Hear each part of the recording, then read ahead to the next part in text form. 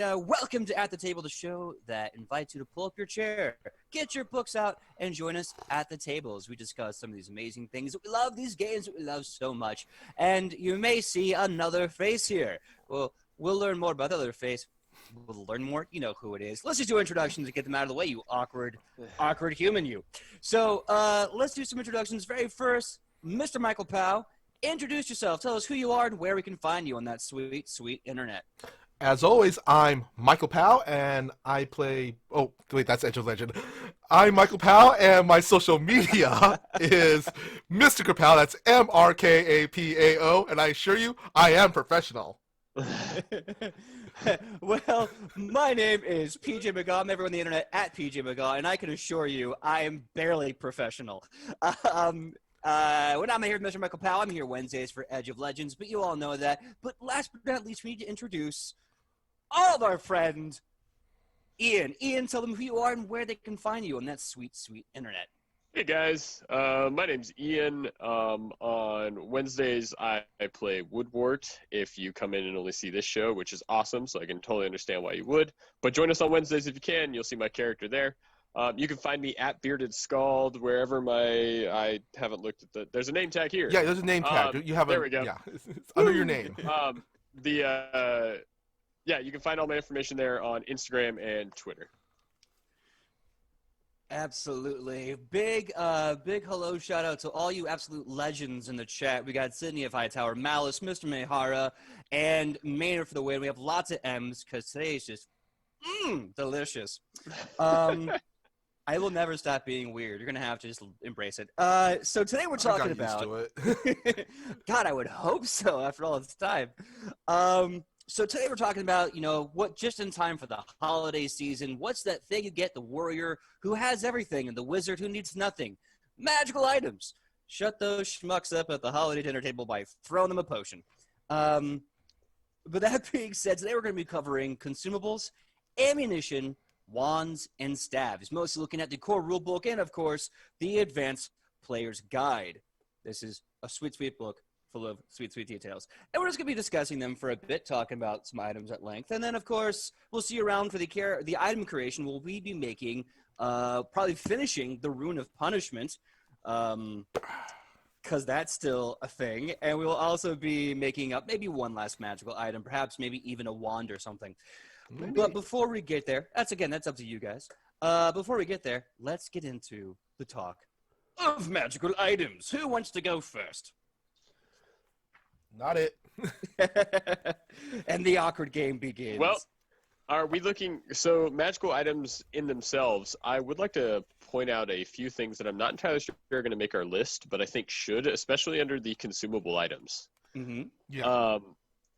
So there's a lot of alchemical gear out there that is consumable under the fact, if you use the definition, that it can only be used once. That really start out a beginning adventurer really, really well. And a few of those are Lesser Antidote, Lesser Anti-Plague, and Lesser Elixir of Life. Any of those things, consumables. Not really magic items, but something to look out for. More mundane more mundane items. Yeah, exactly. It's that kind of weird part where they are magical because of the alchemical aspect to them, but they aren't exactly what you would consider a wand or stave. Yeah. Sydney wants to know, is it hooch? It's definitely not hooch. No, it's not. It's not hooch. Not yet. Yet. It depends on how long you let that lesser antidote or lesser anti-plague ferment in the bottle. Yeah. Maynard says potions are all alcohol based, so yes. There we go. I mean, I'll say this: if a certain gnome who's really good at brewing hooch, fermenting hooch, gets a health potion and then tries to ferment it, I'm down as a GM to roleplay what the ramifications of that are. Or if that certain gnome takes an alchemical class, or even one of the, crafting archetypes. I would like, I do have lore hooch. It is on my paper. It is on my sheet. I would like to say, though, that it would be very fascinating of Woodwort rolling up to an enemy. You need healing? How old are you? I'm 23. I've got this. And immediately just hands him a bottle of fermented elixir of life. I But, love it. Yeah, I also, other than potions, I also want to kind of point out other kind of, I guess you could say alchemical mundane items as well, like, was it Alchemist's Fire? That's one of my favorite things to use. Absolutely. Absolutely. So it's kind of an interesting mix. If we want to cover some of those alchemical tools, I'm going to start with my favorite, which is the Lesser Smokestick. Ooh. For a mere 3 gold pieces. And this is on page 554 if you want to check it out inside of your own book. The Lesser Smokestick gives you complete concealment. Immediately a +4. And it lasts until for I think it's 10 minutes. Or excuse me, it's 1 minute in a 5-foot radius or until a wind or a gust of wind blows it away. So if you're really in there and you're getting like beat down by arrows and you can break this smoke stick for 1 minute, you have +4 to your AC for concealment. Nice. And Yeah. honestly, like, that's the rogue's best friend right there. Absolutely. Oh, yeah. Who doesn't want Oh, smoke yeah. bombs? I mean, Batman uses them all the time for a reason. The They're Teenage amazing. Mutant Ninja Turtles as well. Yeah. And depending on what your GM or DM does in their game, I personally think I actually had a game where we bought smoke sticks and they were a little bit more expensive, but we had them made specifically in different colors. So we could use them Nice. as flares to signal people. Yeah. And also, at one point, we walked into a room and we had a rainbow effect because we were kind of playing all magical girls at that point, so we could walk through the smoke. So we all got our image colors in these smoke sticks that we broken through on the floor for that, extra intimidation when you walk in the door. Ian, if you're ever running or in a campaign where we play magical schoolgirls, I'm not going to invite myself in, but I would like to. I asked to be considered because I want to play. Oh, who's that dude? That big metal dude, that big beard who hangs out with baby metal. Beard? Ladybeard. Oh, Lady Ladybeard. Yep. Yeah, I want to play like a lady beard barbarian magical schoolgirl. Absolutely. Just I love jacked, long beard, lots of tats, short Yeah. skirt. You want to make something of it? Perfect. I want to I play love the it. old man Ladybeard. You know, there's the old man There- running around with the sailor Yeah, suit. yeah. Yeah, I'll be love that. Yeah, but no, I think what I love about second edition is that they made some of the alchemical items so much more, and I hate to say valid, but more applicable, more efficient. Like, I remember the Alchemist's Fire back in the day did 1d4 damage. And as an alchemist, you can make that, or you can throw a bomb which does 1d6 plus intelligence modifier. Mm-hmm. And you can modify those bombs to all kinds of crazy fun things. And I always loved the bomb mechanic for alchemists. So it's great that Alchemist's Fire is now comparable to a bomb that an alchemist could actually make for their own mechanics, doing 1d8 damage at level 1. That's massive. That's Yeah. almost like a broadsword or like a longbow. Yeah, pretty much. It was a good choice on their side because in first edition when it all originally came up it was modifications you could put on there onto your bombs. So we didn't know if the errata originally before it came out in first edition, we ran into problems with figuring out if it was 1d6 because of my bomb plus 1d4 fire, which just started getting ridiculous until the errata came out. Now they're just going, hey, it's simple. These are your bombs. This is how you modify it. You're done. There you go. Yeah. There you go. Yeah, and it made it so much more fun. Really fast, I want to give a shout out to Pengu-chan. Great to see you, Pengu-chan. We love you as always. And also, saw the subscription. Thank you so much. That's amazing of you. Hope you're enjoying World of Warcraft. Hope you're enjoying Shadowlands. I know that just dropped. I know nothing about Shadowlands as I checked out in Wrath, but that's my own personal failure. Okay, so alchemical items are really cool. Alchemist's Fire, the smoke sticks, bottled lightning is really yep. fun.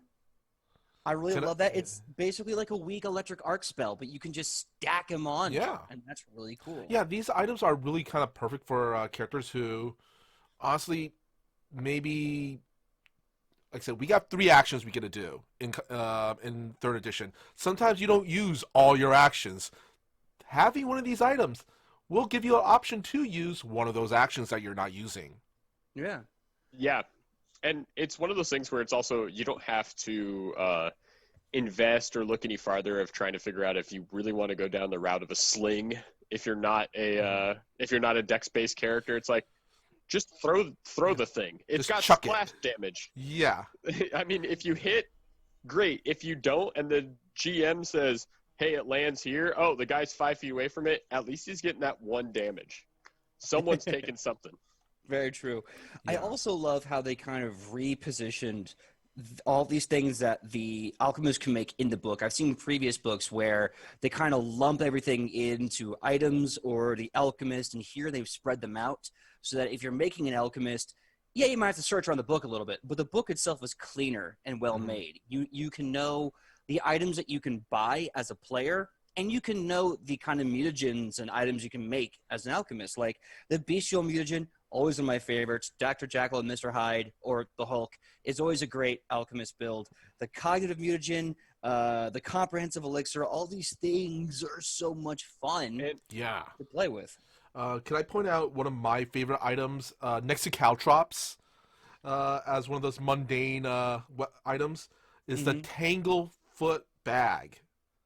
I mean, seriously, chuck it and it could possibly immobilize one of your enemies for like a round or two.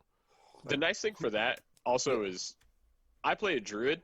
I get that spell, but it's so niche. It's one of those things where you may not always need it. So you'd rather free that spell slot up for maybe a different type of damage. If you got electric arc or fire, you can leave that spell slot open. With a Tangle Foot Bag, you can literally have it sitting in your back pocket for the time you need it and throw it out for that one time instead of wasting that slot for all those days you may not use it. When I saw the Tangle Foot Bag was inside of these magical items, I definitely bought one and changed out Woodward's spell immediately. For those who want to know, it's on page 545, and like I said, for characters like Rufa, he sets up the battlefield. He wants to help the environment and everything. Caltrops, Alchemist Fire, Tanglefoot Bags, that's his jam right there.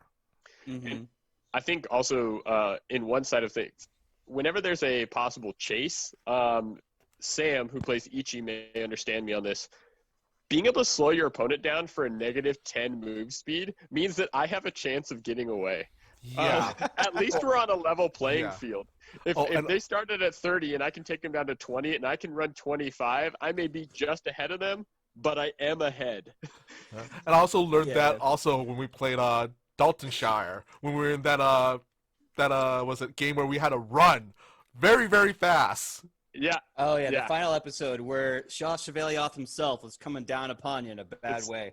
Or the Burning Man. Stuff. The Man on Fire. Burning Man's a very different fire, Yeah. I thought about that. I was like, people are going to call him Burning Man. There's going to be a lot of jokes about drugs and partying in the desert.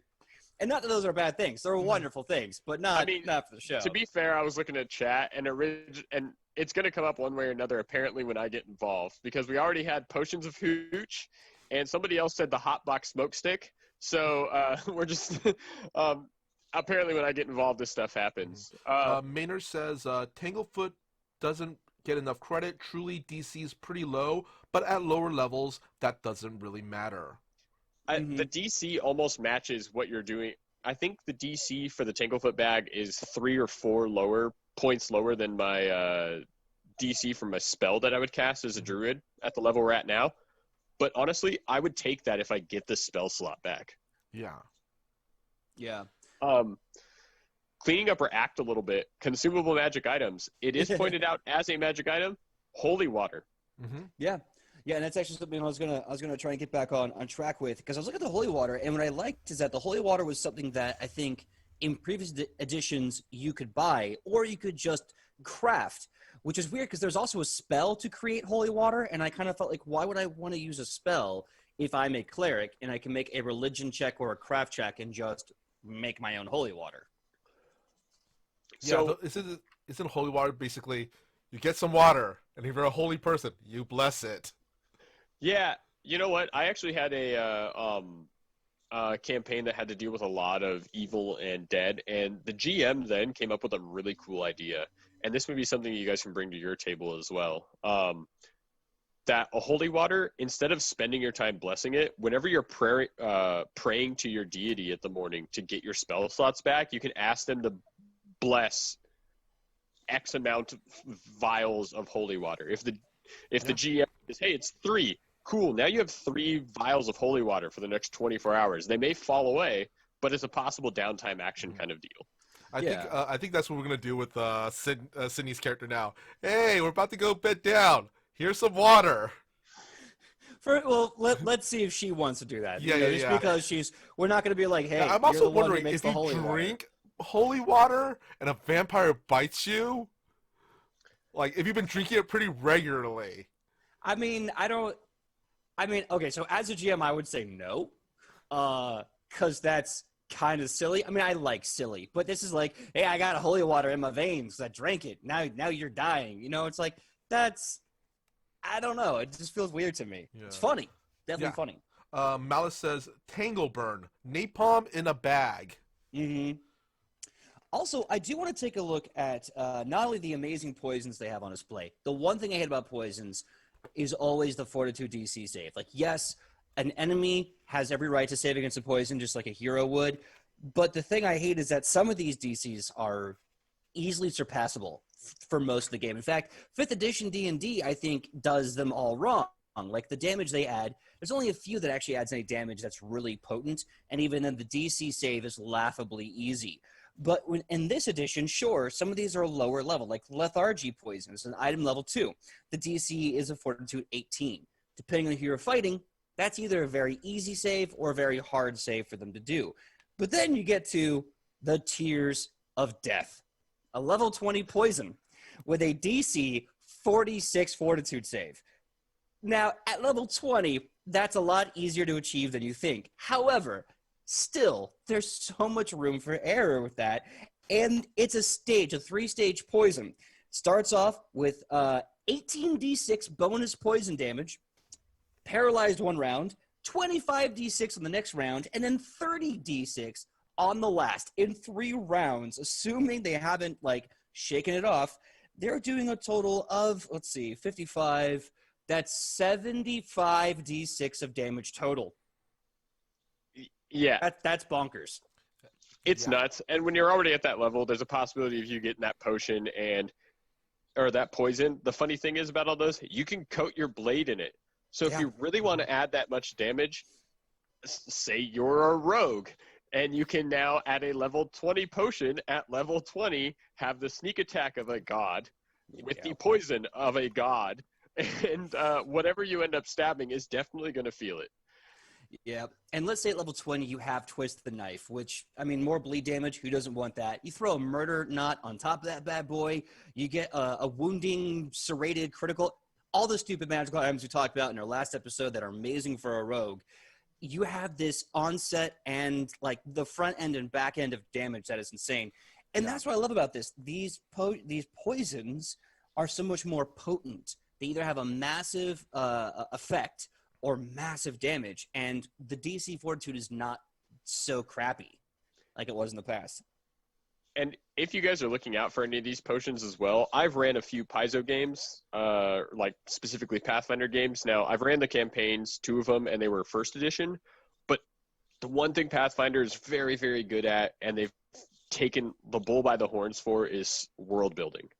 It goes deeper and deeper. Mm-hmm. Check out the back of those books, because I've actually found a few poisons that you can't find in the player's handbook that are specific to the game.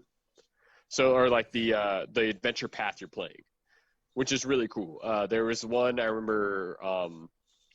It was basically a poison of haunted dreams or something, and it took multiple days for the person. Basically, they died of sleep deprivation because their nightmares chased them for so long. Really crazy stuff, but it went well with the campaign. So make sure to look in the back of those books as well for any more of these poisons. That's when you want to put a kill with an exclamation mark at the end of it. Yeah. When they absolutely, positively have to die in 5 days. That's actually something I really love, too, about especially 2nd edition, is that every time they release a module, a campaign, whatever, there's something unique to that story that makes getting that book worth it. Yeah. A lot of the problems I have with certain other games and their editions is that, people are buying these campaign modules like they're the next big Marvel movie, and the only content you're getting is a story that you can make up if you wanted to. Mm-hmm. And there's no content for a player or a collector. It's just, here's the story. And that's important because, you want to run that. You want to beat it. You want to feel like you beat a video game. But there's no return value once you've beaten it. Whereas these modules, these one-offs, whatever that Paizo is making is like, here's some fun new poisons, here's some new archetypes, here's a spell. Granted, they only kind of work within this framework here, but it's broad enough that can be applied to the entire Pathfinder system. Yeah, and that's when you just work with your GM. Yeah. Yeah. Return value. Mhm. I also want to take a quick minute on consumables to talk about ammunitions. Because I love ammunitions in a way. What page is that?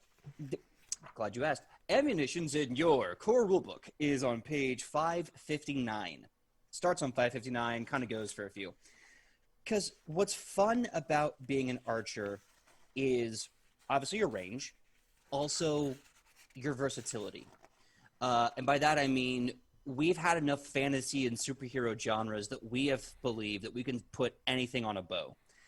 And that is exciting. Now, some classes are like, oh, yeah, you want to be an arcane archer? Here's the archetype. You splash it together. You can put spells into a bolt and shoot it. But what if you don't want to go into that deep point buy or that deep class buy? You can just buy magical arrows that do a variety of really cool things, like climbing bolt.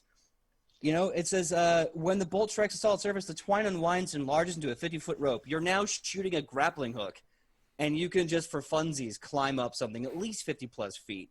Or you can do a spell-storing bolt. You can do whatever you want with that bad boy, whatever spell you can get your hands on. Yeah, it's basically where you want to play, what is it? A Green Arrow or a Hawkeye. Yep. Yeah. I honestly, I didn't get a chance to look at some of these consumables or these ammunitions. They're kind of nuts. Yeah. I was specifically taken aback with the Vine Arrow item. It's an item level 3.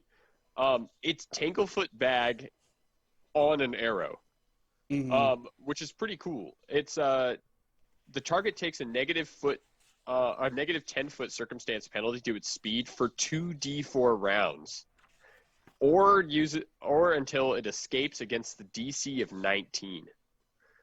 And it's like that at a distance, that's pretty.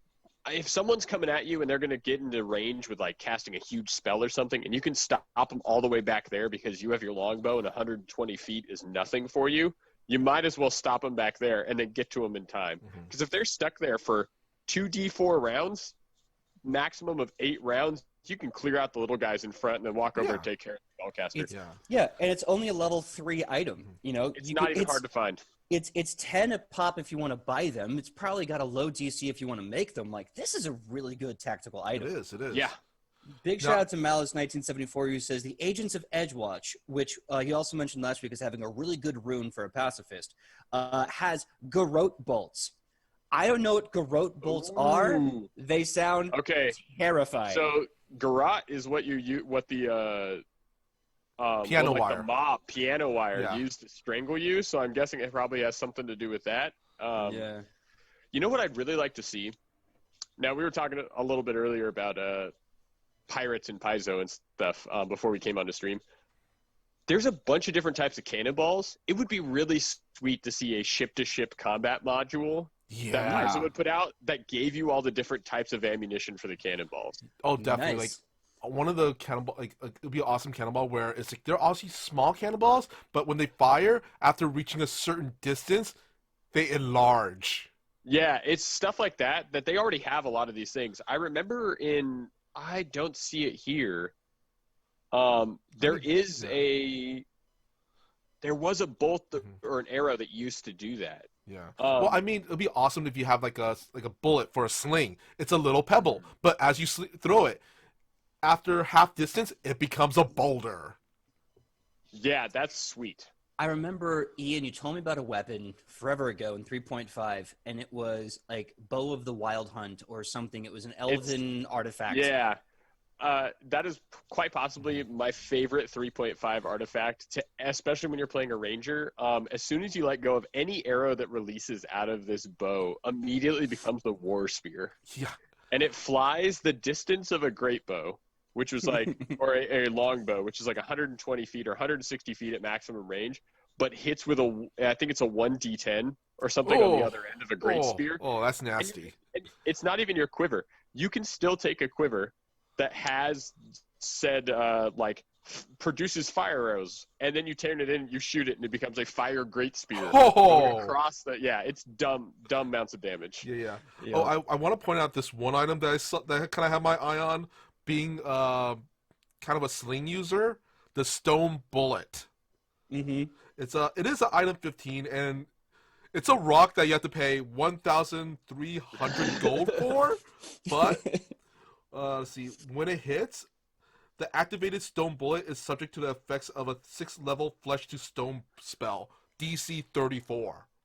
Yeah. Yeah, I was, that's some of the things that I was also looking at, because if you followed it up, I would like to, if this stone to flesh thing is something that you're worried about, I'd like you to follow it up with somebody else, a disintegration bolt. Yeah. Yep. Which I is don't know if you also saw here. that. Mm-hmm. Yeah, which is also there. Yeah, it says here, also DC 34, when activating Disintegration Bolt hits a target, its subject is then, the target isn't subject to a Disintegration spell. As with the spell, a critical hit on the attack roll causes the target's saving throw outcome to be 1 degree worse. If you crit someone with a Disintegration Bolt and they fail it, DC 34 at item level 15, so whatever that would be for that person, there's a big chance they just turn to ash. Just like those ammunitions are one of those use in case of emergencies only. Yeah. In case of narrative MacGuffin, use arrow. If there's one thing here, since we're getting up to the higher levels, that I really, really like. I don't know if you guys have checked out the ghost ammunition yet. Oh yeah, I saw it. Yeah, the ammunition has the benefits of Ghost Touch property rune and can fly through any obstacle, except those that can block incorporeal creatures or effects.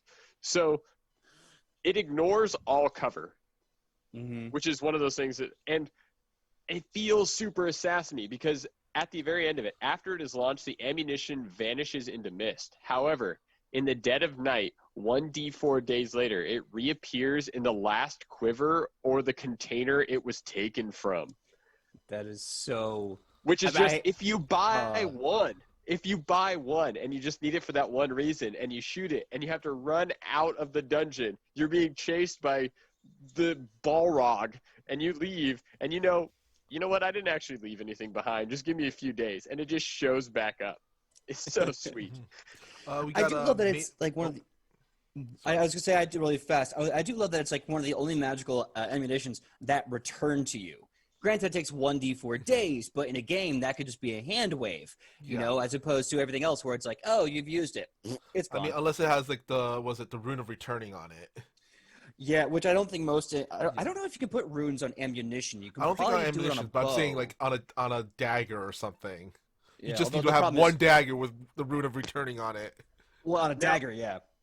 Not to go in the complete opposite direction, but as there is a level 1, there's a level 1 thing here that I really like. I have a good friend that I play all sorts of TTRPGs with quite often, and one of his favorite things is casting light on something the enemy is holding, and it's just to annoy them. It's because he doesn't want to deal with holding a torch or his own item glowing. He's just that cobalt spear, light. And so now the whole room is lit up, and he knows that there's that many kobolds around that kobold.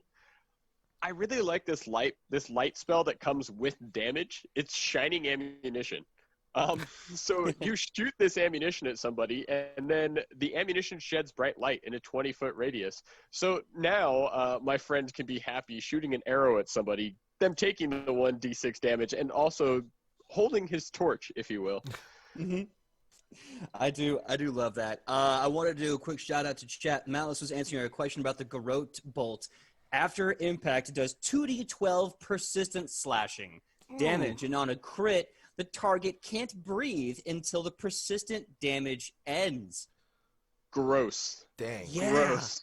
God. Gross. So that's a maximum of 24 bonus damage a round for I don't know how many rounds, and they can't breathe, which means they're taking massive con penalties. That's just mean. Yeah, That's and what I that want to is. say, Maynard posted, that's the kind of thing you can never afford, but after killing a dragon, you might find if your DM is nice/careless, because that's a BBEG killer right there. Oh, yeah, the Disintegration Bolt. Yeah. And even that Garrote Bolt, nasty. You know, How that's much one of is those a things Garrote that I Bolt? really like. Oh yeah, how much is it? I don't know. Yeah. But I would really like the one thing that I do really like about the those types of weapons though is now this may not be for all players, but when the GM leaves something behind after I killed something that's massive, especially like a dragon, and then I find something that could have helped me kill that dragon, I go, what else do they have planned? Why am I still finding things to like help me kill something bigger than the thing I almost died just killing? So it could be fun as a DM of just scaring your players of like, what are we going to use this for? I think one of these days I will just happen to drop from, I don't know, maybe one of the big orcs you kill, a great axe of Tarask slaying, and then just make you sit on that for 20 levels, wondering when I'm going to throw a Tarask at you. Don't bring my video games in here where I hoard all the special items and then realize that I'm on the final boss and it's like, oh, this is going to be a cake. I have 34 elixirs of blah, blah, blah. And I just walk all the way through them, inventory my way through anything. Which is why all gamers are hoarders, because it's like, you never know when you're going to need it. And of course, you never do, but... Speaking of which, should we talk about a little bit more about consumables? Like, yeah. Because, invisibility potions. They're always useful. They're always fun to use. Yeah. It's by the way, it's on and also the fact that it's only 20 gold. Invisibility, basically, you cast invisibility on yourself for just 20 gold. Mm-hmm. I don't know. It's a little ridiculous, kind of. A little bit. I like that, especially. Well, I think I have a feeling this is great for a rogue on the rise. Invisibility is always the best way to catch a character flat-footed, and it's always a good way to get out of the mistakes you've made. Invisibility on a sneaky character it's the obvious choice, right? Now, for 23 gold, so add a little 3 extra gold to that. Yeah. Mm-hmm. Put that invisibility potion in your back pocket after you crack that smokestick. Ooh. So you crack that smokestick, drink your potion. They have no idea where you are. When that smoke clears, you have fully Batman them. Yeah. Or Darkwing Duck them. Exactly. Yeah, you're gone. It's great. Yeah. For 23 gold as a get me the hell out card to have in your backpack, I would definitely do it. Oh, yeah. Yeah, and like, I mean, a lot of these potions are like really cheap, honestly. Well, I mean, it makes sense because it's got a limited use and you can only use it one time, or a limited time range. You can only use it one time. So, I mean, I could see it because I would hate to spend thousands of dollars on a potion that has a really nice effect, but I pop it, I'm like, cool, and that's the only time I'll ever use that thousands of gold I spent on that thing. See, here's the thing is, as a magic user especially, it's not so much with the druids, but like, if I were to play something like a sorcerer, how much money are those spell slots worth though? Because I would definitely start buying these potions as soon as I could to give to people or give to my allies so I can save my spell slots for the most interesting spells I can find and not the situational stuff. That's the thing is like, if you can replace a lot of your situational spells and, take down the Swiss Army knife feature you always try to fit into all of your magic users of like, I got to be prepped for a little bit of everything. It's like, no, focus, do your evocation, be the big damage dealer, and keep your other stuff for potions. Yeah, I will say a lot of especially the wands and staves, which we'll probably cover next, a lot of the magical items that you give to magical people are really just an extension of the repertoire. Like, when in doubt, you're either out of spell slots or you don't have the right spell for the occasion or you just don't want to spend your spell slots. A lot of these items just kind of add more bullets to your magic gun, basically. Yeah. Which is very useful because, like, when you run out of bullets as a magic gun, you're just a magic paperweight. Yeah. That's honestly one of the biggest reasons to pick these things up is, especially with lower levels, you're not going to have to worry about like basically wasting all your spells on the little guys in the dungeon before you get to the boss fight, when you could have just thrown an alchemist's fire and you deal as much damage and splash damage to all of them and then leave your big hitter spells for whoever's at the end of this, behind the next door. Yeah, like if you could get above your enemies, it just drop honestly an entire bag full, like, let's see, Alchemical Fire, Tangle Foot, Caltrops, just like, all right, you're all kind of, disabled to some point where you can't move or you're on fire, persistent damage. All right, everybody, wait a couple rounds. Everybody else comes in, clean up. Yeah, I think honestly, well, PJ has a unique experience with giving our players something that we could carry an infinite amount of something in. Specifically, what probably would have helped you with the Man on Fire. So you got to be careful with that as a GM, handing them something like that, because we did once fill a bag of holding up with just water to dump on a guy who was on fire, a fire effigy, if you will, because that amount of water that a bag of holding can hold is ludicrous. So if you do really start to go on that, if you can dump your bag of holding over and all you do is fill it with Tangle Foot bags, I don't know what kind of penalties that guy would have on him, but he's definitely not moving anytime soon.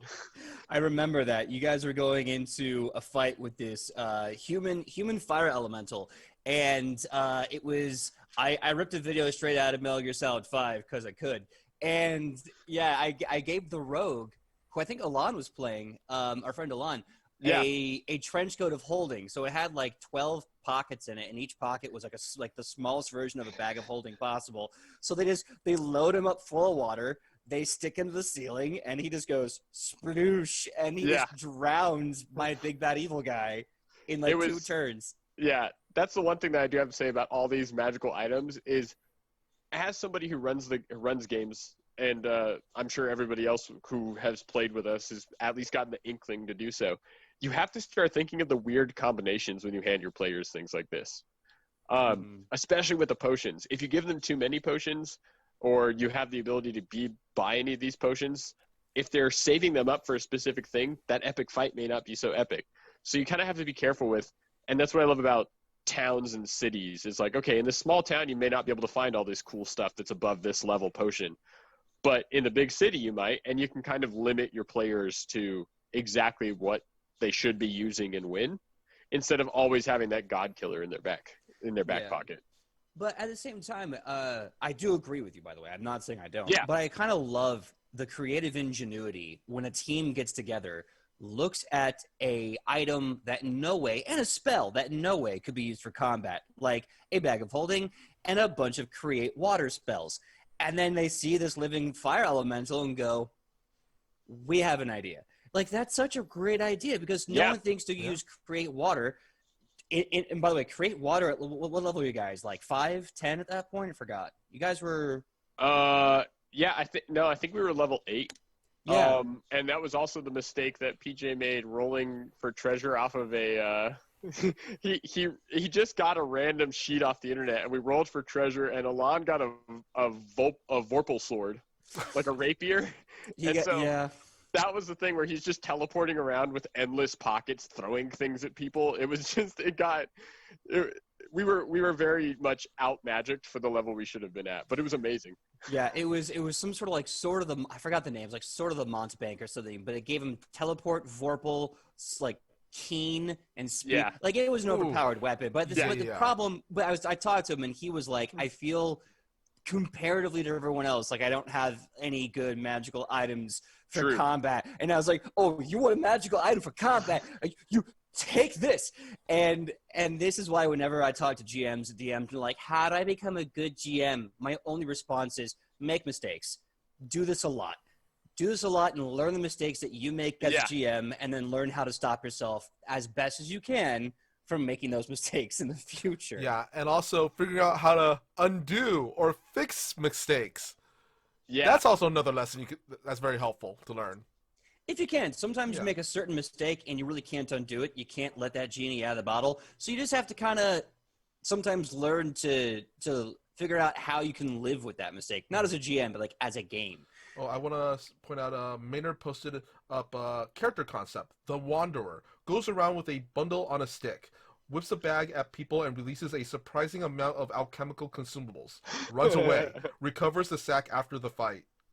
I love that. It reminds me a lot. I posted on Facebook, I don't know if anyone saw it, this really awesome My Hero Academia taking place in LA. If you guys seen it, it's such an awesome video, because it's like a bunch of actors and fight choreographers that like live in LA, and they like talk about like what if there was like a My Hero Academia in like downtown LA, like in like in like not South Central, but like in a hard part of the city. And this dude's special power, his name was Backtrack, and he could throw his backpack or any item that he bonded with, and then he could teleport to that item. So he's fighting by throwing his backpack, teleporting to his backpack, and then using that momentum to just slug a dude. That's awesome. It's so dope. How he gets his big like how like he's got like Texas Smash and Detroit Smash as like yeah. So this dude, and I cried when I heard this because it was so beautiful. He's got the big bad of the video on his stomach. He's got this backpack and he's chucking it down at the dude's stomach point blank. Then he teleports to the dude like from his backpack with the momentum and stomps him in the gut, and he's shouting Harlem Smash, and I was like, so good. I do have to say the character concept on this one is kind of fun, especially with the bag. If any of you guys want to play that, really go down that arcane trickster and play with the trickster aspect of it. We keep talking about Green Arrow and Hawkeye as these things, but the one thing they do is they always have the arrow for every situation. Yeah. Why not give yourself that little bit of wild magic? Your quiver's just a grab bag. You don't know what's coming next, but whatever it is, it's coming out of the end of your bow. And that would also be a lot of fun to throw into a campaign, is that kind of trickster element of just like, this could be anything, and just launch it at the bad guy you're fighting. Now I'm imagining, we need to bring this person down alive. Pull an arrow out. I'm just gonna fire it. It's gonna wing him. Arrow of disintegration. Yeah. You all have just inspired me. I don't know if this already exists. God. I haven't seen it, but I'm gonna create an item, and we'll add to the Edge of Legends later. The quiver. I'm trying to get some silly alliteration sound, like the quiver of controlled chaos or something. But the idea is that every time you declare you're pulling an arrow out and loading it to fire, you have to roll a d12 or a d10 or whatever the die is, and you pull a random arrow from that list. Nice. I like it. So it could be something like really cool, like a disintegration bolt, or it could be like something unfortunate, like a bolt of lesser healing. So ow! Ooh, okay. All right. Or it's an arrow with a boxing glove attached to it. Just a normal arrow. It just has a boxing glove taped to it. It's nothing special. Maynard posted up, it's only a mistake if it makes the game less enjoyable. Ooh, good point. Actually, that is, and that's the best. The reason I love that statement so much is that sometimes those things that make the game not so enjoyable are the things you don't think are a mistake. As far as running a game goes, it's like, this is the best idea I've had. And your players go, no. And you're like, okay, well, moving on. We'll figure this out on the way. It's, I feel like there's also like another dark side of that spectrum where it's like things that don't make the game bad at first, but then eventually make the game bad and or unfun. And that's a problem because it's hard when everyone is so positive about something out the gate. It's hard to then start to plan how to remove it. And by the time it becomes a problem, they've been with it for so long. Now it's just like, it's a hard surgery. It's a really hard surgery to remove that. So it's difficult. Now, I feel. I did want to throw something in here that why we're going through potions. I know we have to make it through the wands and staves as well too, and rods. But one potion that I think is really cool that's in here, and it's not so much something that is one of our high damaging, but for RP moments, especially with a character who, I feel personally it could be something that could be seen as a way of inclusion in a certain way. Is they do have let me get the name right, is the Serum of Sex Shift. Yes, I wanted to bring that up as well, but I felt like because the thing that I like it for is for a trans narrative, but I didn't know that was going to come off. So, yeah, what I mean? And you know what the thing is that I think if we try to not over-explain it, but just say for the fact that you can use this as a trans narrative in your stories, which is super cool. Yeah. And one of the best things about it is that it can't be undone unless the character drinks another one and chooses to do so. It cannot be used as some weird way of like making someone drink the potion. Like all of that's taken out. It's if you specifically, especially if you're going through, the transition yourself, and your character, you want to have that shift, you now have this way in game. Yeah. Not that you could never be handed that by your GM, and it should always be an option, but you have a way in game of getting this potion and making that choice. And I just think it's cool that they included that, because it feels like we're really, like, they're trying to open up a little bit to just any concept anybody wants to throw out there. And the fact that it has so many rules that it can't be used in any sort of weird or creepy ways also makes me very happy, because it takes out a lot of scary narrative that could come with it. Yeah. Yeah. I Maynard also yeah. Oh, what were you I was gonna say, Maynard posted this up. It's a consent-friendly item, which is nice. Absolutely. Exactly. I think it's super cool. I think a lot of people could, like, Edge of Legend does a really cool benefit from it. And the fact that, like, Edge of Legend as a story is, we have couples from any narrative, people from any walk of life, from every place that we can imagine, and hopefully you guys can tell us more of what you want to see at some point. But absolutely, the fact that this is already in the game and it's not something we have to try to reach for is great, because it does definitely can make more people feel like they're at home. Because like when I first read the Serum of Sex Shift, I thought that's a wonderful trans narrative, and I read over, again and again, and I was kind of nervous bringing it up because I was like, I don't want to be all like, look at me. But there's what I like about that potion is that it has different uses. It absolutely allows for an easy narrative vehicle for your character to go through a transition arc of their own. Like, if that's a story you want to live and talk about, you can do that. And the best thing is that it's not needed for that, but it's great to have it. But also, if you really want to, there are, and this is why I think it's important, because it's not just a trans narrative. It's deeper than that. It is a role play narrative. Let's say you're playing Final Fantasy VII, and you have to sneak into Don Corneo, or I think that's his name, like Beehive Hut, to go save a person. And he's a gross, lecherous person, and the only thing you need to do to get inside is be a different gender. Pop this potion, put on your sexiest dress, pull out your two biggest swords, and go ham. It's a great way to also what I like about it is its power is more than one level. It's very, very layered, which I think gives it so much powerful agency to any game you want. Mm-hmm. It's a lot of fun. Yeah, totally. Now, I think we had to get to the wands and staves, right? Yeah. Yes, I have my thank you ready for something that Mater posted up. Oh, the BBEG thing? Yeah, the BBEG gets smacked with an arrow with a bottle at the end of it. What was that? I don't know. You tell me. Well, I think sniff sniff holy water. Was that holy water? Anything's possible. I'm not undead though. Do you think I am? No offense intended. It's RNG. Whips out another random arrow. I also want to jump on that. So I had the idea for the Quiver of Controlled Chaos, but also a huge shout out to Malice 1974 for making the BOW, the Bow of Wonder, which functions more of the same, but instead of being innate to the quiver, it's innate to the bow. I like that better, actually, if anything. I like them both for different reasons, and I like that because the Bow of Wonder puts it into the bow, so you can kind of play whatever game you want with the ammunition.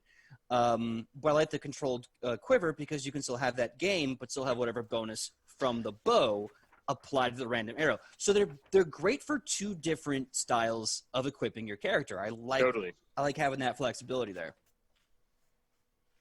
So let's get on to Staves. I have my book ready, and what page are you guys looking at? So the first thing about Staves is on 592 of your. Woo! Looking at the end here. Yep. Getting the thickest part of the book. Yeah, the front of that book's getting real heavy. Yeah. So there's a lot of Staves here, which is nice because I always kind of felt like the weirdest part of most Staves was it kind of fell apart. Like, oh, it's a replacement for some spells. And it didn't really offer much to the character, and they were kind of limited. This is great because this offers a ton of spell options, and I think even some innate bonuses just for having the staff. So which one are you looking at? Well, I'm just looking at all of them. The very first one that strikes me is Animal Staff. It's an item 4+. It has levels to it. This staff is topped with carved animal and monster heads. While wielding the staff, you get a +2 circumstance bonus to nature checks to identify animals. So off the bat, you get a +2 to your skills. You can also cast a spell from the staff with a certain number of charges. So at level 4, you can get the cantrip No Direction and the Magic Fang and Summon Animal spells. At the 8th level, you get the Greater Animal Staff. You can also get, by the way, this is a cumulative, Animal Messenger, Speak with Animals, Summon Animal, Animal Form, and a 3rd level Summon Animal. At the Major Animal Staff at level 12, you can also, I believe these are cumulative, it doesn't say it's not, you can also get the 4th level Summon Animal, the 5th level Animal Form, Moon Frenzy, and the 5th level Summon Animal. So this is really, really good for a druid who wants to do a whole bunch of druid spells, but not lose spell slots on summoning animals. That's the thing, is spell slot economy is the name of the game with a lot of these different casters. And if you can take some of those things that you know are your bread and butter, like you can kind of do it the opposite direction. It's like, this is the bread and butter, but they're not used as often. I can just keep this thing on me and I'm good to go. Yeah, I also kind of want to say these are actually pretty good for non-druids as well. Like, I kind of want to say, like a wizard, or honestly even a rogue, being able to change into an animal as a rogue. That could actually be really useful, like changing into like a fly to do like a reconnaissance mission. I also really love it when you look further in, item level 6, a whole bunch of staves pop up. I don't know. And what I love is that these are amazing, definitely for a wizard staves, because these are staves at level 6 that specify in an entire school of magic. So say you are a wizard, you're studying evocation, you want to make fire go boom real bad. Well, you can either get the Staff of Evocation and make more boom go boom real bad, or you can get another school and therefore be officially, unofficially dual-wielding schools. Yeah. So like the Staff of Evocation, if we want to go with Fireball here, you get a +2 circumstance bonus to checks to identify evocation magic. You're already going to be really good at that because you're trained in it, so if it hurts you, the answer is yes. Yeah. Well, what if it hurts your? But if it hurts your how feelings, it hurts you? How does it hurt? Yeah. But if it hurts your feelings, it's illusion. Oh, I'm sorry, it's enchantment. You get. Oh, and this is cool. You get more cantrips. You get Ray of Frost. You get Magic Missile, Shocking Grasp, Acid Arrow, Glitter Dust, Lightning Bolt, Magic Missile, Fireball, Weapon Storm, which sounds amazing. You get Cone of Cold, Magic Missile, Chain Lightning, Wall of Force. So now you hurt all the people. Yeah, honestly, this is the perfect thing to give to that war mage you got in your back pocket. Yeah, so the important thing to cover here is, from what I read, is you already have to be a magic user to be able to use these. Mm-hmm. Mm-hmm. They aren't, right? So it's not like you can't just hand this to your fighter and be like, hey, now you got this on your side. Well, that's why I said animal staff for a rogue, because a rogue should go arcane trickster. Yeah, and I mean, all you do is you kind of only need one level, right? So to really cheat the system on this one.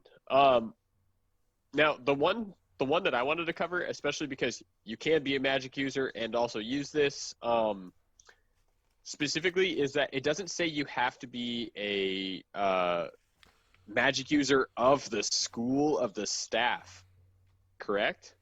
You do not. Mm-hmm. If you just pick up the staff, you now have the abilities in that staff. Why don't you hand a Staff of Healing to your wizard? Just have that little bit of backup on you, you know? Yeah. It's because they're a caster. They can use evocation and everything, but that one school that really kind of they can't get their hands on because it's really set aside for the divine is the Staff of Healing. And honestly, the Staff of Healing, the base one, it has the cantrip Stabilize on it, which is just helpful in general. And it has a first level heal. Yeah. Also, it's only for 90 gold pieces. Yeah. Yeah. And also should note that the heal spell, the first level heal spell that they have, which still functions like a cleric's heal spell with the 3 different charges, the 3 different actions, it gets a +1 to its value. Yep. So you're not just rolling raw dice; you're still getting a little bit of a bonus perk. And it's also valid to have. That's more than you can ever ask for playing one of those magic classes that can't get into those divine healing spells. Yeah. Honestly, that's the same way when I played Laszlo. I was, was it Oracle and Cleric, I want to say? Yeah. I had access to both divine and occult spells. I do remember that. I believe you were a summoner or Summoner. Yeah. And, but if I remember correctly. Yeah. But still, being able to have access to 2 spell lists, both occult and divine, that was that was great. I liked having the option. Yeah, I think- those. If you have the option to do something like that multi-class, you can. Mhm. The one reason I really like the staff is that if you do have a cleric who's dedicated, or maybe your party doesn't have an Alona they can take with them, Yeah. you end up getting stuck in the place where you may have a ranger and a paladin, and they can heal, or a druid, they can heal, but it's definitely not their primary. Yeah. And say you have a ranger and no one else, hand one of your other magic users his staff, because that just puts one more heal in your pocket. Oh, I just thought of something because there, I think rogues have this ability. I believe investigators as well. I think it's a feat or maybe just a regular skill. They could trick magical items into working for them as well. Yeah. That's one of those things that they care that is very, very 3.5 that I'm so happy they kept in, is that you can actually take a few feats to get your rogue to.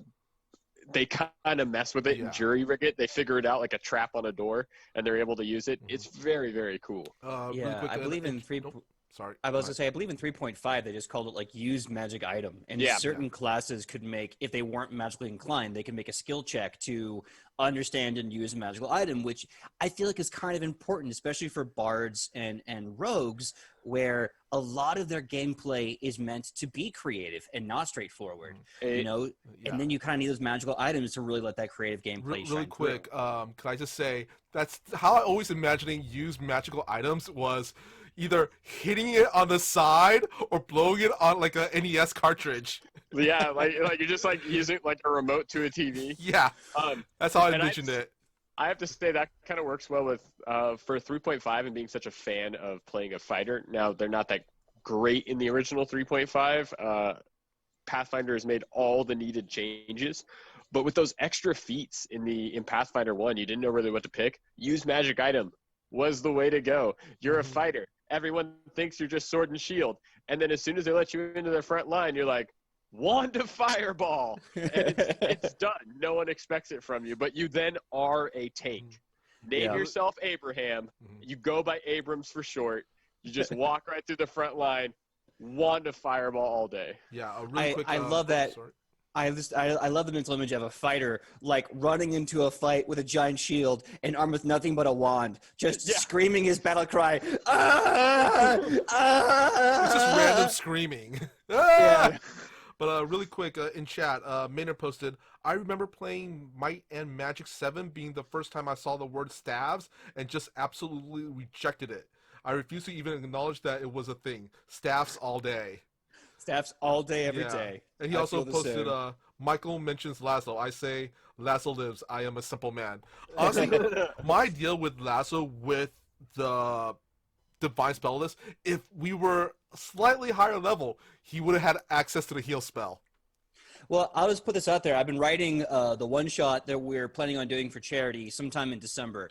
And it's a story that the players and the chat unlocked where you are now the Ulfgard, and you are following Bowen, trying to protect her as she goes back to the Elven Citadel beyond the White Steppes and the mists of Kaimadan. So I'll put this out there right now. I believe in my notes, all the players will be making a level 6 character for that game, because you guys have been Ulfguarding for quite a while now. Wow. And I've already started working. I don't know how great it's going to be, but I've started working on a fight between two ships. You will be one of the ships, and there will be another ship trying to attack you too. So who knows? Maybe we'll get a little bit of ship versus ship combat. It may just spiral out into everyone killing random people on different boats. I don't know. I'm gonna say We'll see somebody what you guys pick up do. the enlarge item spell. I can see it now. It's like shoot the cannonball and enlarge. Enlarge. Oof. Yeah. Yeah, it's a Now- wrecking ball.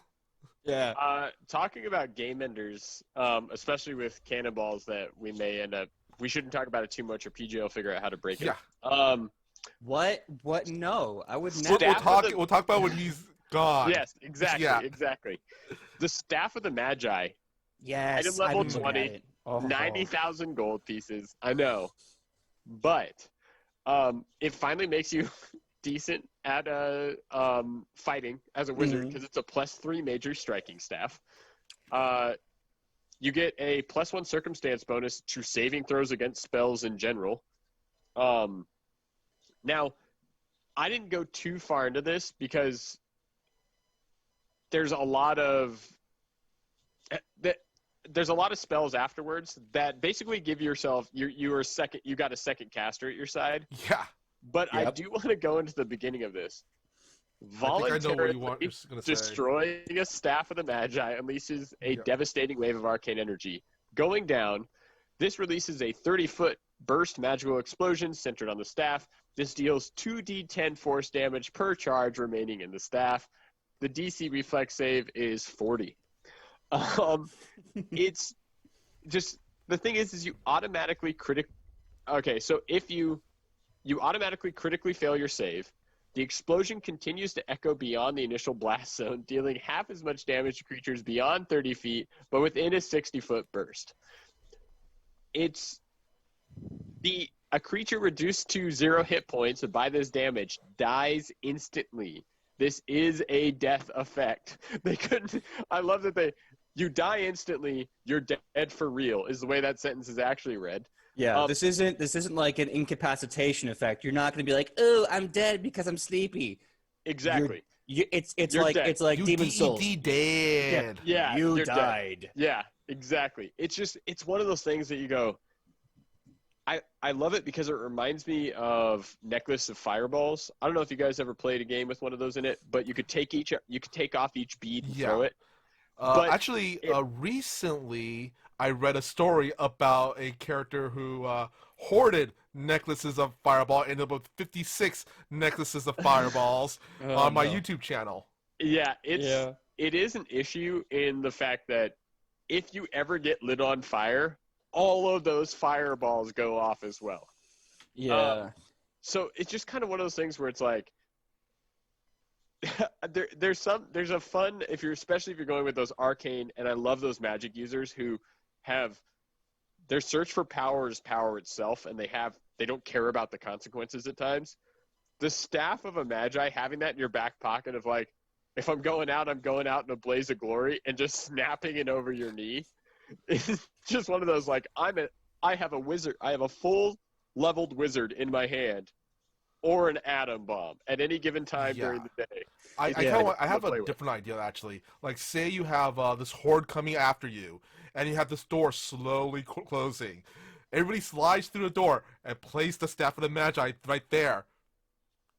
And they step on it, and their stepping breaks it. Yeah, no, the door slowly closes, and that's what triggers it. Funnily enough, talking about hordes, this would actually get past all of that orc effect we were talking about earlier. Mm-hmm. That if they die, they get to keep raging. Nope. Mm-hmm. 0 hit points, they are dead. Mm-hmm. There is no more of that. They are dead. This is a death effect, not incapacitation effect. So there is no like, oh, I raged through it. Yeah. No, you're Ash. You can't rage past being Ash. You're not Wolverine. Really quick, I want to read this in chat. Penguin Witch Doctor posted, staff still need you to have the spell on your list, and you have to have access to the level of spell in the staff. Page 592, second paragraph. Mm-hmm. Also rod. Yeah. And Maynard goes, also rods. Yeah, totally. Yeah, it says here, you use a spell attack roll and spell DC when casting a spell from the staff. The spell gains the appropriate trait for your magical tradition and can be affected by any modifications you could normally make when casting a spell, such as meta magic feats. You must provide any material components, costs, or focus required by the spell, or you fail to cast it. So basically, if you look at the casting spells from the staff, as well as the casting cantrips, preparing a staff, and so forth and so on, it does go into greater detail. And I think what should be said, especially with the Staff of the Magi, where the amount of charges matter, is that the amount of charges you prepare in the staff is equal to basically expending a spell into the staff, and you get as many charges per level of the spell you put into it. So if I'm reading this correctly, I may be reading it incorrectly, but it kind of sounds to me like if you are a 9th level caster, which you would easily be with Staff of the Magi, then you have nine charges. So if you have a fully charged staff or a 10th level spell, if you want to waste a 10th level spell charging a staff, then when you crack that bad boy over your knee, you're doing 18 to 20 d6 of force damage in a giant AoE, which at level 20 could be good. Also could be good just to cast a 9th level meteor swarm. True. Yeah. Well, I guess I do have to say, I was going to say, get around. Go for it. Sorry. I was gonna say, We're I just gonna guess keep doing this. my idea of having a rogue use that animal staff isn't gonna fly. That's actually No. what I was actually going to get to. In the Mhm. fact that depending on what ancestry you pick, there's actually a few gnomes where you get to pick up a first level spell because of your connection to magic across any school, just because of your ancestry feat. So if you're really looking at one of these rods, like the Rod of Healing, if you really want to be that bonus, you can still be a gnome fighter who has just the heal spell on their spell list, and they may only have one.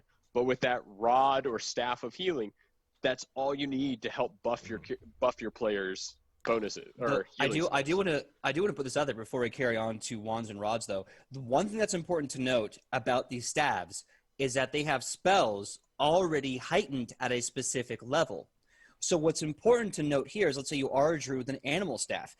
The major animal staff has a 5th level summon animal, which is a 1st level spell, which means as a 5th level summon animal spell, it's going to become you're going to summon more potent animals. So even though this still frees you up tremendously as a druid with your spell list for the day, as you're preparing everything, going, okay, I'm not going to put summon animal in my 5th level slot. I'm going to save that for a much more powerful 5th level damaging primal spell. But I am not hindered if I'm in a situation where I need like a CR, whatever the hell a 5th level CR would be. Yeah. Then you could just pop that out, and you can keep your summon animal as a 1st level spell if you want to, which I think kind of makes up for the fact that like these aren't just free willingly spells. I mean, they are, but like they're not free in that you don't know them. They're doing your job for you and heightening them for free, which I think is very important, especially as you gain caster levels and realize, oh, I have to prepare everything. Oh no. That actually brings me to, as playing a druid, the last one I want to mention is the Verdant Staff. Yeah. That one really, especially for a druid, cantrips, Tanglefoot, 1st level, Shillelagh, 2nd, Barkskin, Entangle, Shapewood, Tree Shape. The greater is 3rd level, Wall of Thorns, Barkskin, Speak with Plants, Plant Form, Wall of Thorns. It's such a good grouping of being able to take your limited spell list, or a ranger may have some of those, I believe. Yeah. Taking so, that yeah. spell list that's small, that you can only it's not a small spell list, it's how many you can prepare per day, and just having those in your back pocket because they're still on your spell list. You can use this thing, and you can make a ranger or a druid who's just a supercaster at that point.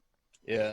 Very true. One small thing, because I saw this, I going to transition to wands, but this is just on page 596. This is so Rufa.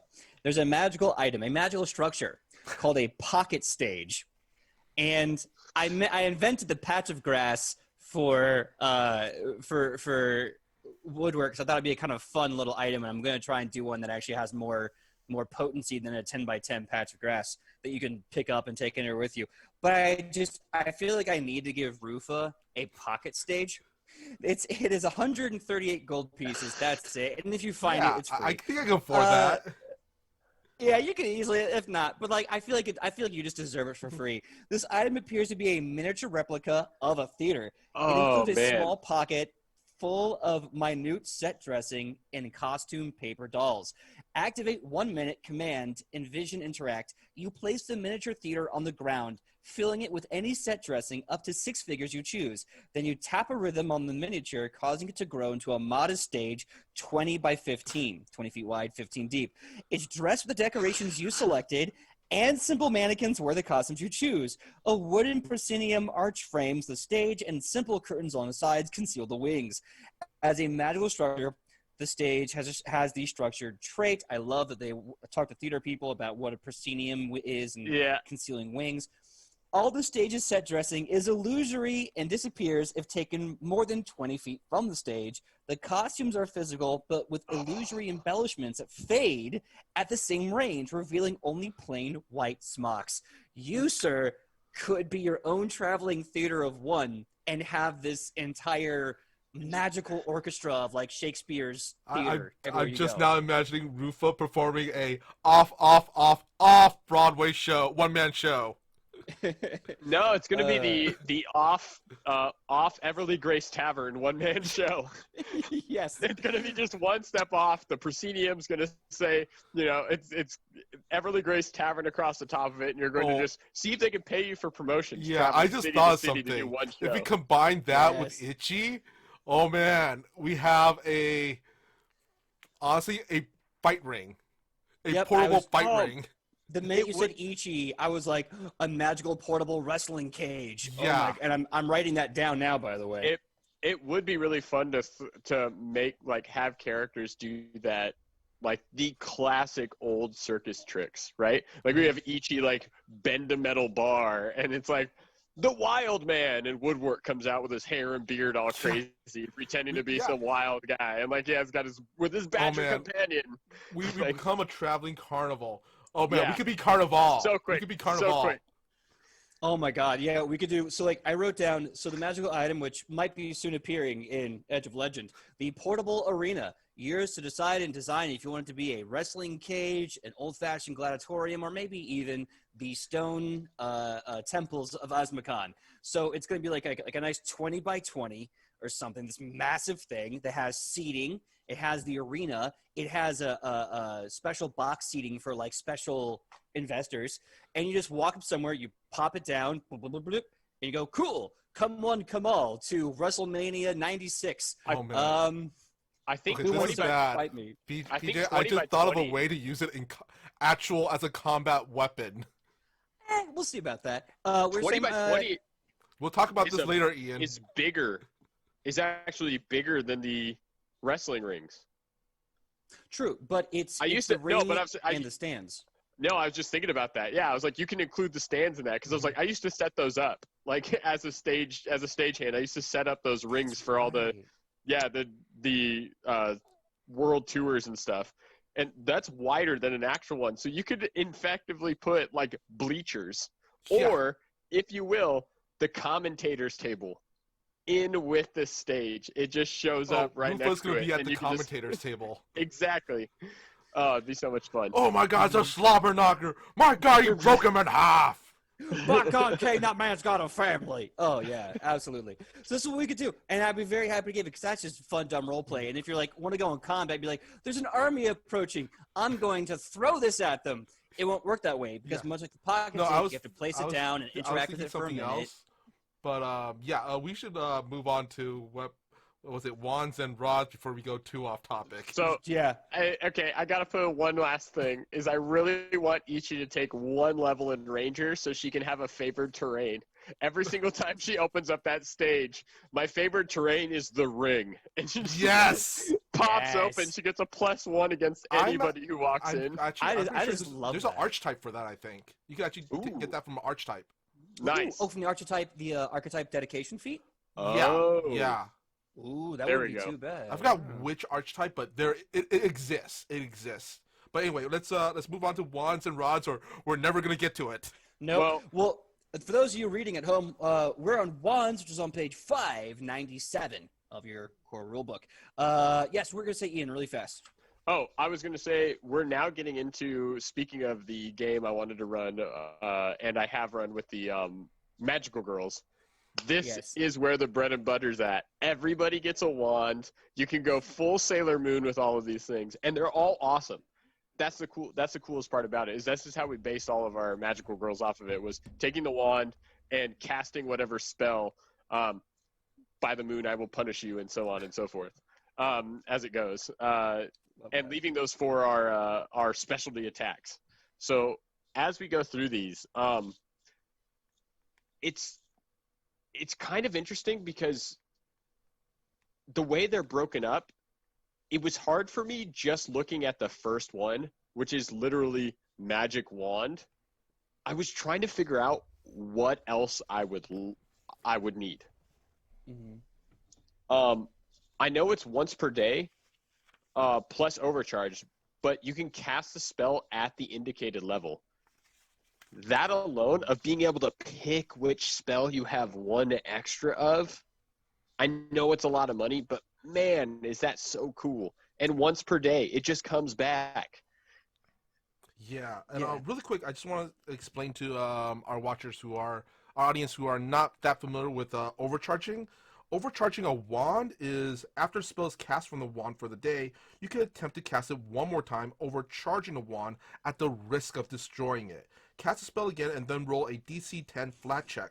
On a success, the wand is broken. On a failure, the wand is destroyed. If anyone tries to overcharge a wand when it's already been overcharged that day, the wand is automatically destroyed, even if it's been repaired and no spell is cast. It's very So, much yeah. the narrative of like my wand is empty, but I gotta really push through it. Ah, no, you know that movie, Yeah. Sorcerer's Apprentice. Yeah. Yeah, no, I love the wand level 1. The level 1 wand, the basic magic wand, which is an item level 3+. And I love the absolute flexibility. This is basically an empty weapon or an empty item Mm-hmm. that either the GM can preload up if they want to do that, or that the player can load up with spending gold to now have this flexible item that's like, you know what? I'm just going to cast, because I'm level 20 and I have 40,000 gold in my back pocket. I'm just going to cast whatever 9th level spell I put into this bad boy. Boom! And there you go. I kind of like the Wand of Manifold Missiles. Let's see. You can cast Magic Missile of the indicated level. After you cast the spell, an additional missile or missiles are released from the wand at the start of each of your turns, as though you cast the one-action version of Magic Missile. Choose targets each time. This lasts for 1 minute or until you're no longer wielding the wand or until you try to activate the wand again. What I love about this is I remember playing one of the old Baldur Gate games, or Neverwinter. It was Neverwinter, and this guy had this epic level. Who knows? The one problem with that game is you get so powerful and you get a little bit of everything to the point where you don't even know what your class is anymore. Yeah. You're just the winner of Neverwinter. And this guy walked around doing high level magic missiles, and it was like someone just took off the safety switch on like a bar rifle, and he was just like shooting magic missiles like a damn anti-artillery weapon. And I'm sitting there going like, I just want that. I just want to be that guy. Yeah. Go ahead. The thing about that though, like having that ability of just being able to, especially if you can put something like Magic Missile on it. Now, I'm not Arcane. I haven't played anybody Arcane in Pathfinder 2e, but Magic Missile's still one of those things where it just hits, right? Yeah. Like, it just always hits. Yeah. That's one of those things of like, why not? Why would you not have that? I don't care if it doesn't if it just does a little bit of damage. It can be persistent as hell. Now, you only cast this once per day because of the wand's abilities, but at the end of it, you do have a surefire. Yeah, I mean, the first level version of this wand is only 160 gold. Yeah. Yeah. But next one I want to kind of point out is, this is kind of sick, Wand of Widening. I was just reading that. Yeah. This wand, instead of actually casting a spell, this basically gives that meta magic feat widen to your spells. Ooh. Yeah. See, that's really good if you are either because your level, your build, or your class, you're just not able to get meta magic feats. This is a really good way to compensate for that in fun, creative ways. Yeah, it says you cast a spell and increase its area. Add 5 feet to the radius of a burst that normally has a radius of at least 10 feet. Add 5 feet to the length of a cone or a line that is normally 15 feet long or smaller, or add 10 feet to the length of a larger cone or line. Now, it does say that it takes 1 extra for your economy, your action economy. It does upgrade your action by 1. So if the spell does take, and so you can only do this with 1 action and 2 action spells.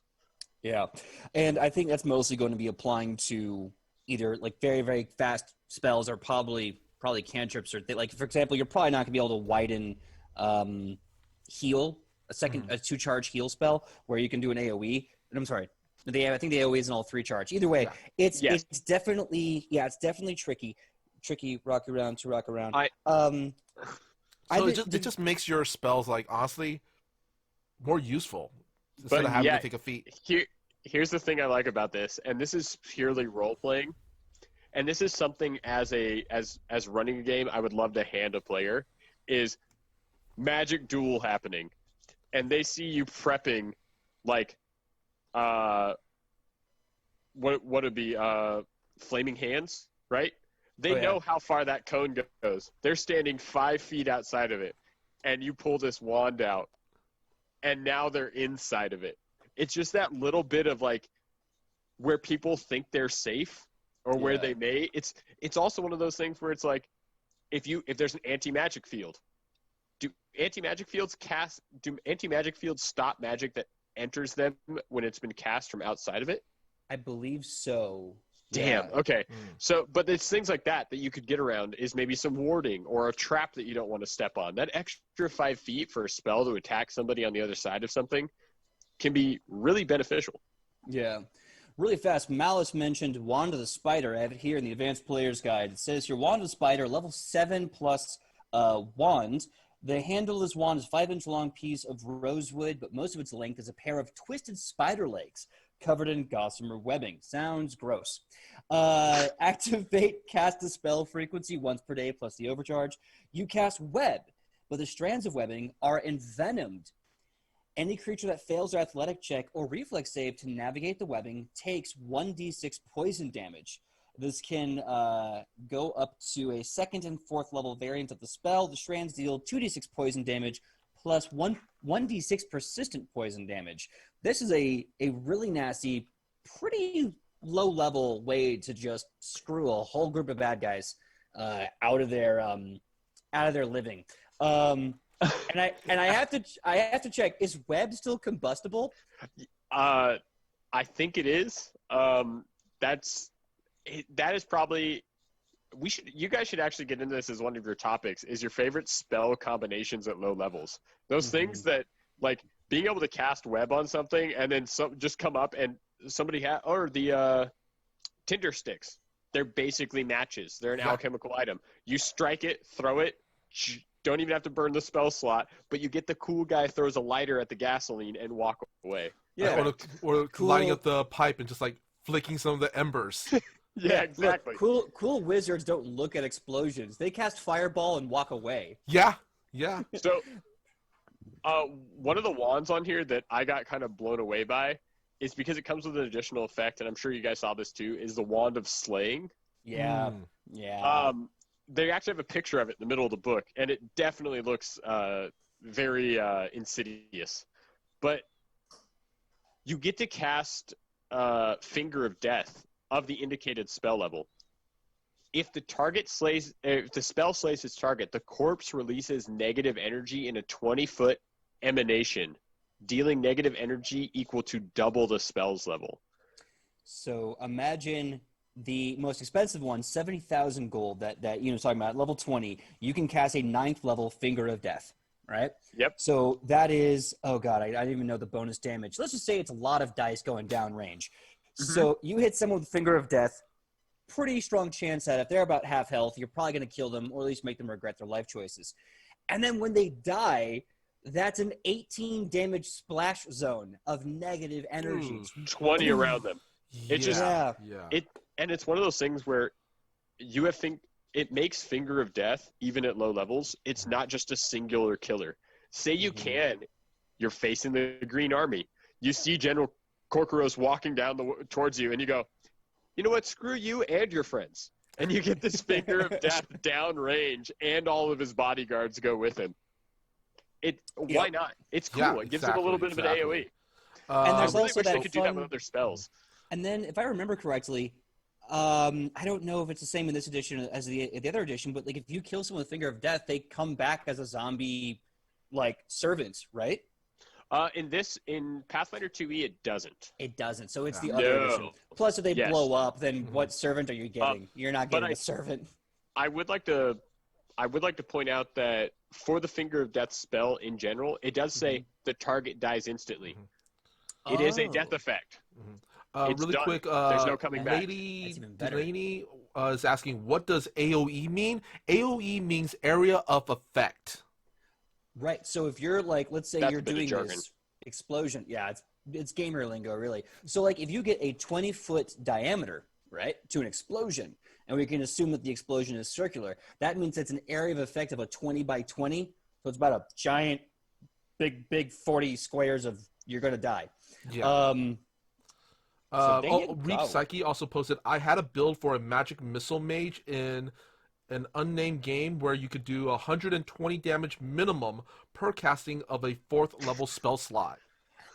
Reaped, I want to hear about that. That is insane. That with a 4th level spell slot, you're doing 120 minimum damage. And then So I got Reap later posted Corpse Explosion from Diablo 2, and Malice posted 70 negative damage heighten adds 10 per level. Oh my god! I insane. so I started looking at that, and after I read it, I was going, wait, why isn't what about the widening? Why would you need this specifically for Finger of Death? But widening requires it to already have a radius of at least 5 feet. Or 10 feet? Excuse me, 10 feet. Yeah, because a radius of 5 feet would just be a square. And so a radius of 10 feet, it already needs that to make it out to 15 for widening, and that's why this wand is specifically targeted towards Finger of Death. All right, guys. We should move on to rods because we are getting down to that time already. Yep. So let's see here. We got some really cool magical items, the apexes, and all that goodness. I could have sworn I saw rods. Where did it go? Where did you come from? Where did you go? Where did you come from, rods? I'm prepared, I swear to God. I don't know why, but I started scrolling down, which is literally the opposite direction I should be. Yeah. Let's see, I'm seeing staffs, I'm seeing wands. I don't see... I just see one item says Immovable Rod, which is honestly another one of my kind of lesser magic items I really like. Yeah, so let's talk about our favorite rod. So the Immovable Rod is the only rod that we've seen so far, and I like it because it is immovable. There you go. Okay, cool. No, but let's not sell short. Well, I was going to say it's super useful for saying a closing door open. Yeah. Yeah.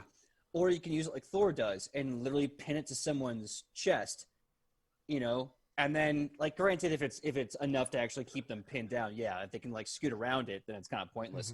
But you could literally just bar them in somewhere and go, stay right there. The Immovable Rod I have always called a rogue's best friend. Yeah. And I mean that in the fact that, yes, set it up in front of a door, they can't get past it. You put it in the middle of a hallway, they have to duck or get around it. My favorite thing that goes with it, though, is that step. If you just put it in midair, you can use it as a ladder to get up over the top of something. It is it is one of those Swiss Army things you just want in your back pocket. Really quick, I found the rods. They were just mixed in with magical items. I was just going to say, big shout out to page Malice. is Making sure 574. Maynard. Maynard to the Rod of Wonder is on page 575, and the Rod of Negation is on 574.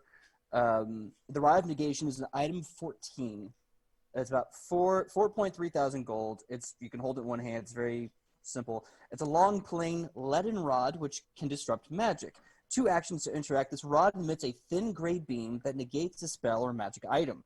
Casting a 6th level dispel magic spell with a counteract modifier of plus 23. Once activated, the rod can't be activated again for 2d6 hours. That's not bad. It's not too bad. Really quick, I do want to move back to Immovable Rod because I do have a question for you, PJ. Okay. Would you be willing to spec Immovable Rod as a weapon, like a light mace? It's a stick. It's a metal stick, like a crowbar. I'm gonna say no only because as much fun as that would be to go full Thor and just put that on someone, the whole point about the Immovable Rod is that it's not really a combative item. It's mostly just how creative can you be with it. If you have a rod, like a mace that is now an immovable mace, that's gonna be very tricky. I feel like with battle balance. I definitely do want to use an Immovable Rod and put it in a doorway, but only 4 inches off the ground, just to trip the first guy walking through the door. It's one of those things that you wouldn't see, and you just boop and just fall right over into the room.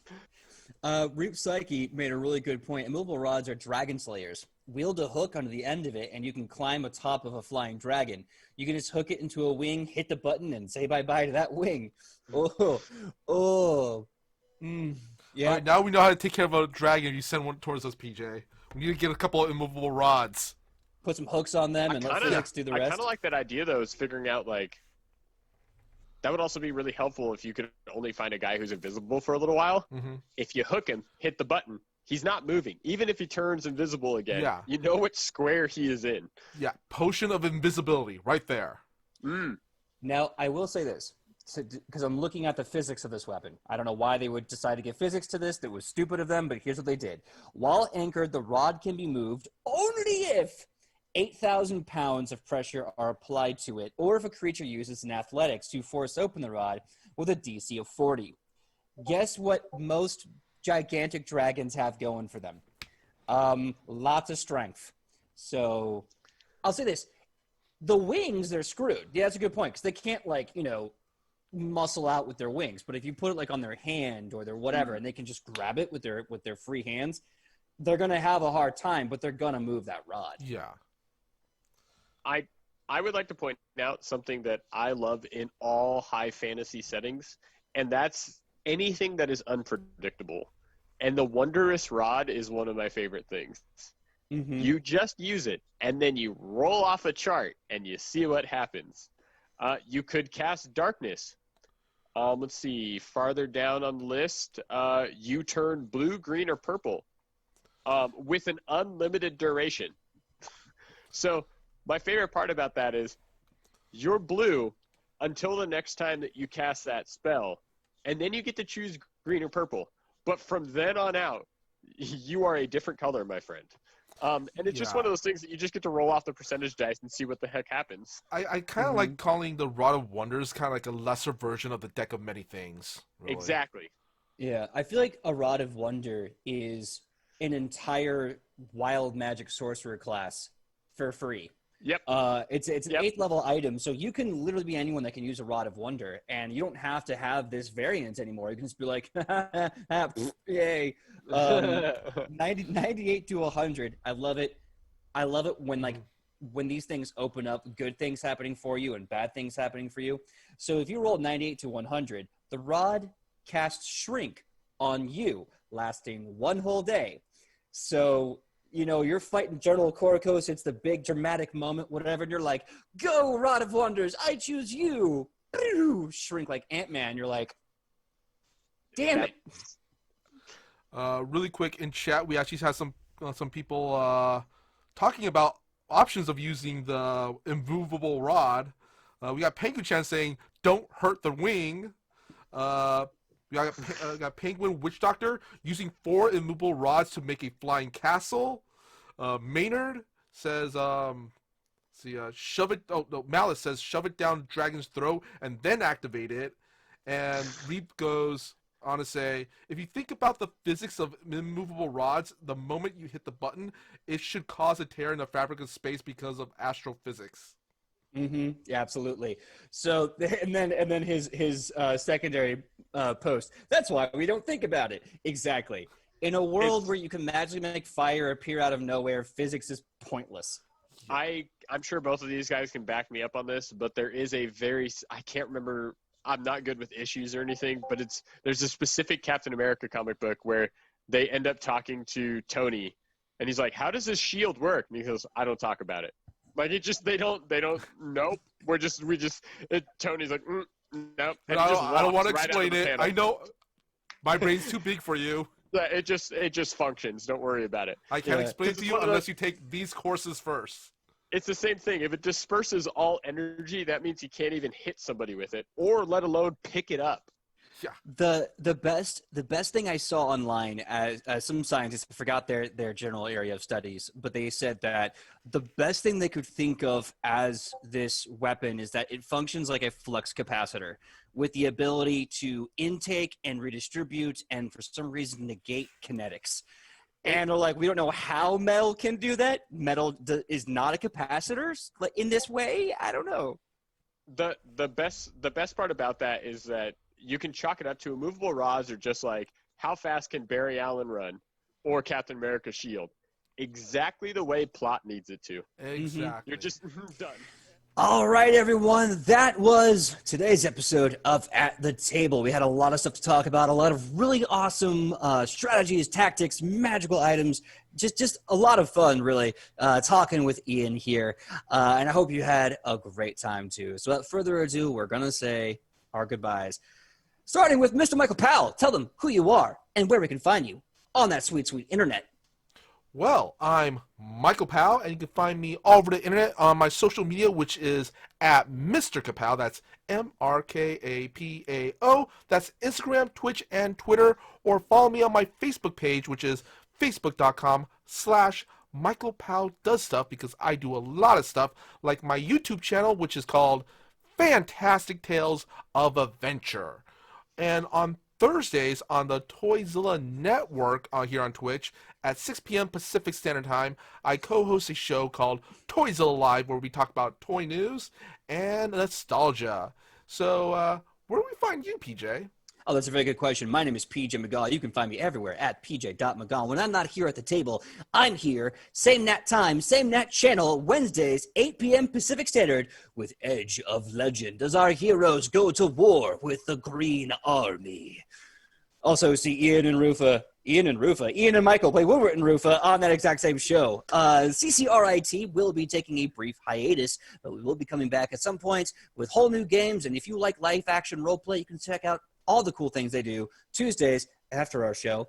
And without further ado, Ian, please tell them who you are and where you can be found on this dank internet. Hey, my name's Ian. You can find me at Bearded Scald across Twitter and Instagram, and not on Tuesdays, but Wednesdays at 8 p.m., like PJ said. I play Woodward on Edge of Legend, and I'd love to see you all there. Yeah, absolutely. We would love to see you all there. And speaking of loving to see everyone, unfortunately for the next month, I'm going to have to go AWOL. That is right. Some real life stuff is happening, and I got to make that money somehow. So for the next month, I will be gone from the table. But fear not. You like Ian so much, Ian will be here in my stead at the table with Michael, having fun, building stuff, and talking to you right along through it. So starting next Tuesday, look forward to seeing Ian. I'll be gone for a month, and who knows, if you like it so much, we will put a ring on it. So until next time, guys, we will see you here, same Nat time, same Nat channel, at the table. Be safe. Love you. Ta-ta for now.